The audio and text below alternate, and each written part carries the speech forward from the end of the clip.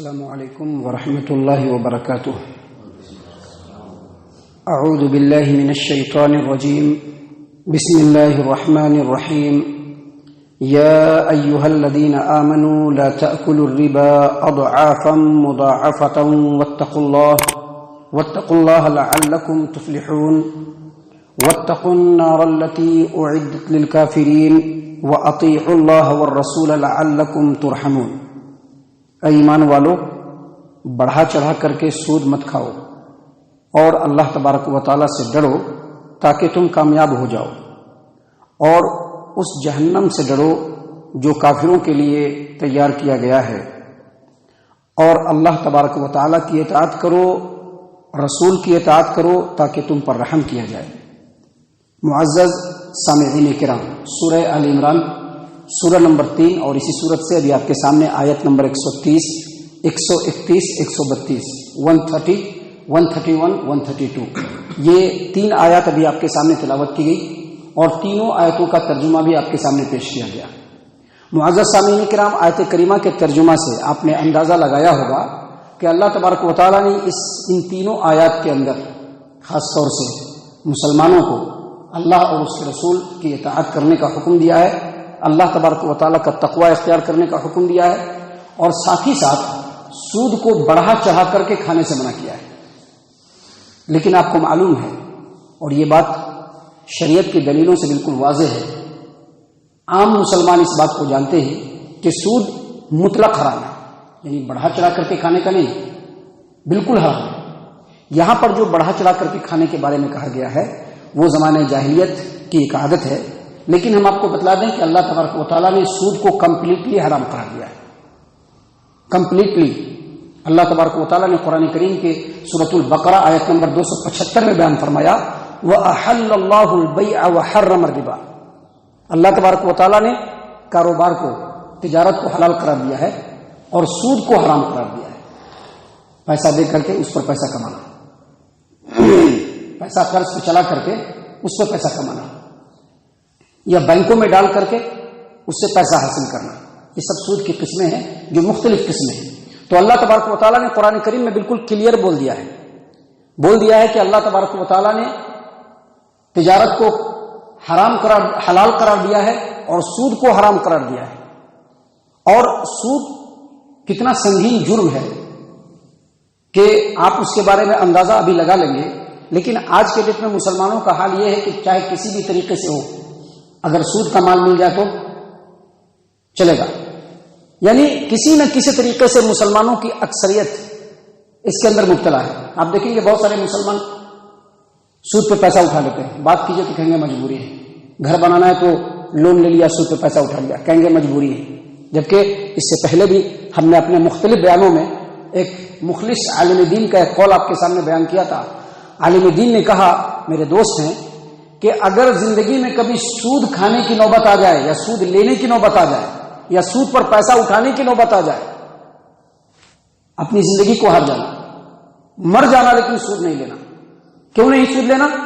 اس سلسلے میں اللہ کے رسول صلی اللہ علیہ وسلم کی ایک حدیث ہے جس کو امام ابن ماجہ نے سنن ابن ماجہ ابواب التجارات حدیث نمبر 2274 پہ روایت کیا ہے کہ اللہ کے رسول صلی اللہ علیہ وسلم نے فرمایا الربا 70 عوبا، سود کے 70 درجے ہیں گناہ کے.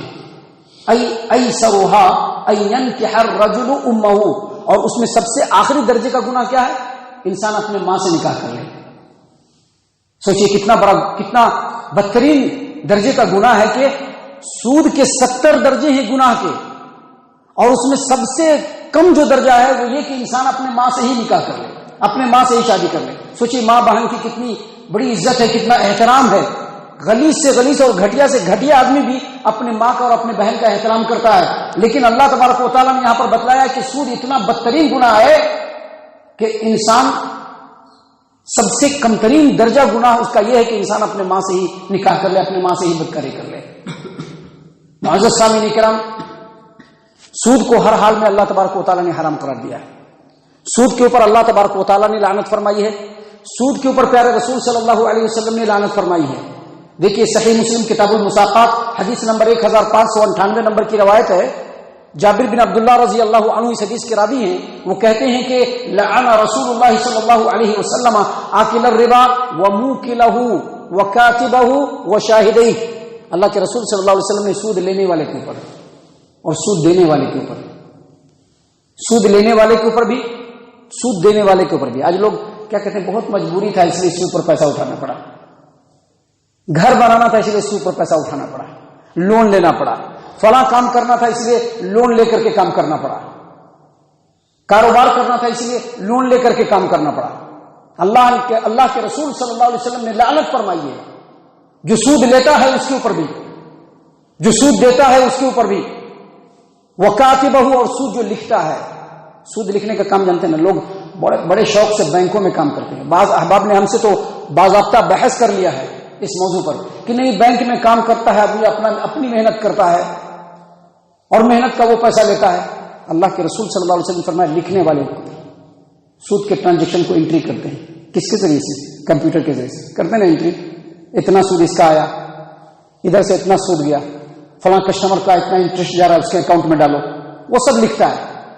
بینکوں کی نوکری چاہے کسی بھی انداز کی ہو، یا وہ کمپنیاں جس کے اندر سودی کاروبار چلتے ہیں، ان کمپنیوں میں چاہے آپ جس ڈیزگنیشن پہ ہو، جس عہدے پر ہو، جو بھی کام کر رہے ہوں، یقیناً آپ کا پورا معاملہ حرام کے کھاتے میں جا رہا ہے. اور خاص طور سے بینکوں کی نوکریاں، لوگ بینکوں کی نوکری کے لیے مڑے رہتے ہیں، بڑے بڑے ایگزامینیشن کو فیس کر کے اس میں کامیابی حاصل کرتے ہیں، سوچتے ہیں کہ بینک کے اندر فلاں پوسٹ مل جائے گا.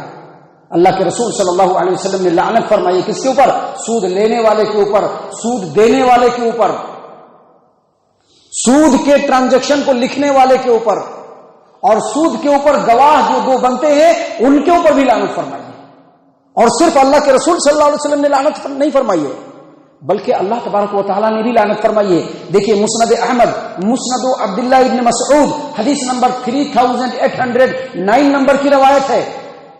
عبداللہ ابن مسعود کہتے ہیں کہ رسول اللہ صلی اللہ علیہ وسلم نے فرمایا لعن اللہ تبارک و تعالیٰ نے لعنت فرمائی ہے، لعنت فرمائی. سوچے کتنی بدترین استھتی میں آج کا مسلمان ہے جو سود میں ملوث ہے، جو لون لے کر کے بڑے بڑے عالیشان مکانات تیار کرتے ہیں، جو بینکوں میں کام کر کر کے بڑی بڑی سیلریاں حاصل کرتے ہیں.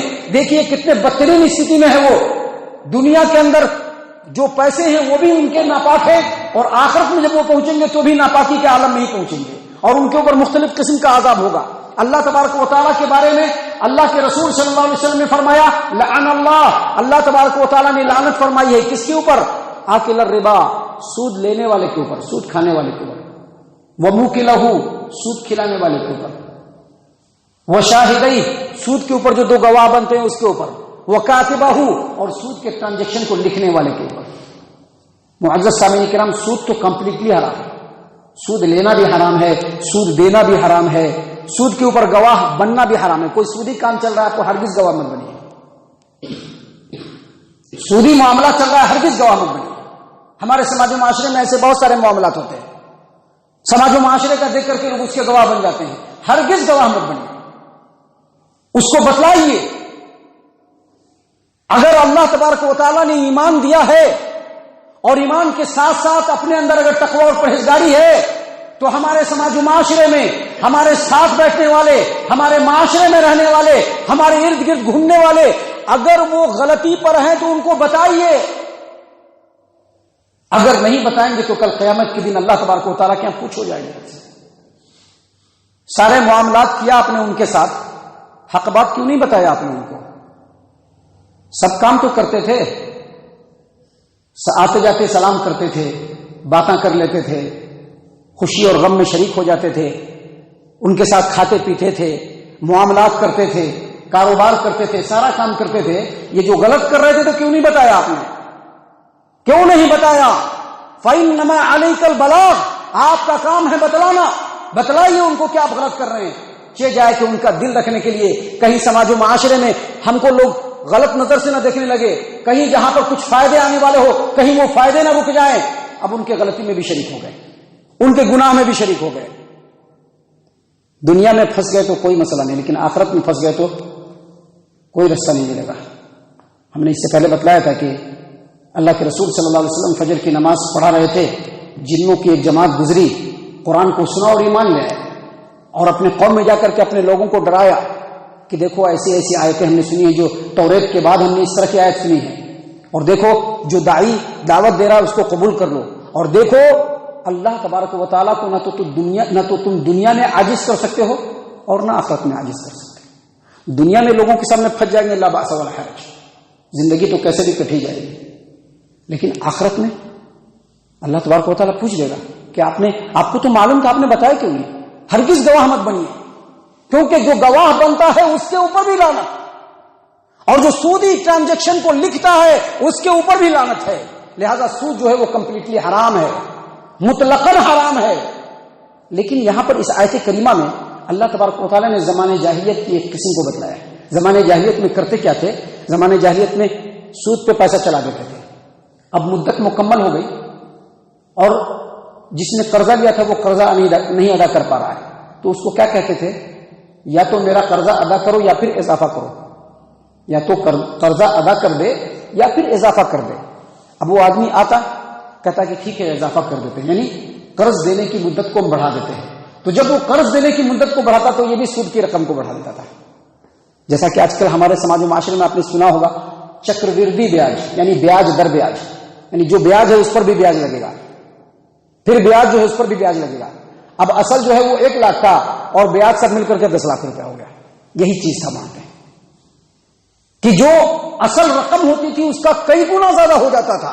اللہ تبارک و تعالیٰ نے اسی بات کو یہاں پر بیان فرمایا کہ یا ایھا الذین آمنوا لا تأکلوا الربا اضعافا مضاعفہ، 2 گنا 4 گنا بڑھا چڑھا کر کے سود مت کھاؤ۔ اے ایمان والو واتقوا اللہ، اللہ سے ڈر جاؤ، اللہ سے ڈر جاؤ تاکہ تم کامیاب ہو جاؤ۔ آگے فرمایا واتقوا النار، اس جہنم سے بچ جاؤ، اس جہنم سے ڈر جاؤ جو کافروں کے لیے تیار کیا گیا ہے۔ اور اس کے بعد کہا وَأَطِيعُوا اللَّهَ، اللہ کی اطاعت کرو اور رسول کی اطاعت کرو تاکہ تم پر رحم کیا جائے۔ یعنی جو بھی معاملات ہے اس میں اصل اطاعت اللہ کی کرنی ہے اور رسول اللہ صلی اللہ علیہ وسلم کی کرنی ہے۔ جن کی بات اللہ اور اس کے رسول صلی اللہ علیہ وسلم سے ملے گی ان کی اطاعت کریں گے، جن کی بات اللہ اور اس کے رسول صلی اللہ علیہ وسلم سے نہیں ملے گی ان کی اطاعت نہیں کریں گے۔ اگر ہم ایسا کریں گے اللہ نے فرمایا لعلکم ترحمون، تاکہ تم پر رحم کیا جائے، یقیناً رحم و کرم کے ہم حقدار ہو جائیں گے۔ معزز سامعین کرام، اس سورت کریمہ کے اندر ابھی اللہ تبارک و تعالیٰ نے بہت ساری باتیں ہمارے لیے بیان فرمائی جو انشاءاللہ کل اور کل کے بعد کے درسوں میں ہم آپ کے سامنے پیش کریں گے۔ اللہ تبارک و تعالیٰ سے دعا ہے کہ اللہ تبارک و تعالیٰ ہم تمام کو ان تمام باتوں کے اوپر خوب غور و فکر اور تدبر کرنے کے ساتھ ساتھ ان باتوں کے اوپر عمل کرنے کی توفیق عنایت فرمائے، آمین۔ اللہ تعالیٰ ہم تمام کو صحیح معنوں میں پکا سچا مومن مسلمان بنائے، اللہ اور اس کے رسول صلی اللہ علیہ وسلم کی اطاعت و فرما برداری کرنے والا بنائے، صحابہ کرام رضی اللہ عنہم کے طریقے پر چلنے والا بنائے، جنت الفردوس میں جگہ عطا فرمائے۔ اے اللہ ہم تمام کو جہنم سے پناہ دے، اے رب العالمین ہم تمام کو جہنم سے پناہ دے، اے مالک الملک ہم تمام کو جہنم سے پناہ دے، آمین یا رب العالمین۔ وما علینا الا البلاغ المبین۔